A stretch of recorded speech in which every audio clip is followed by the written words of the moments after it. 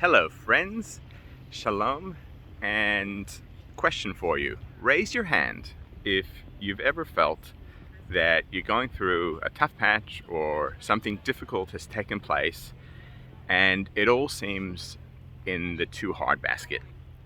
And often those feelings are followed by just throw in the towel and give up.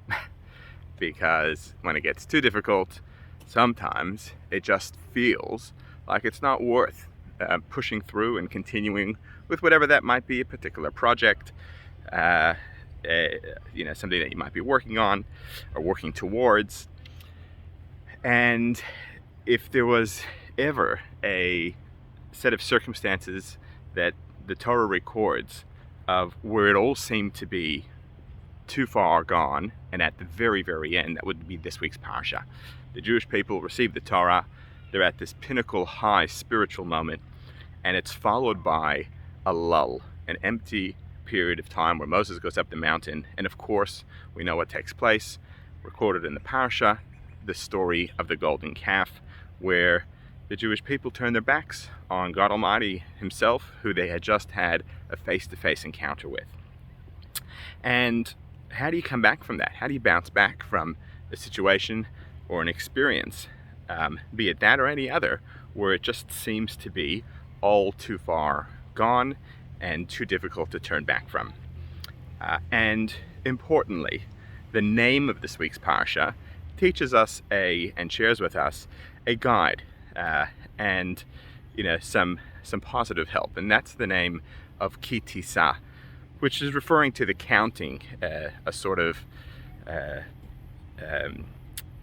counting that took place within the parsha, where people would give the shekel, and that went towards a counting of sorts, where they were able to work out the amount of Jewish people that were there. But kitisa also means to lift up. Kitisa is rosh, to lift up one's head. And the commentaries say that an important lesson is being shared here, and that is that when the going gets tough and the situation seems so bleak that there doesn't seem to be a straightforward path to come back and to turn things around, the parsha teaches us that kitisa, lift up your head and re-evaluate.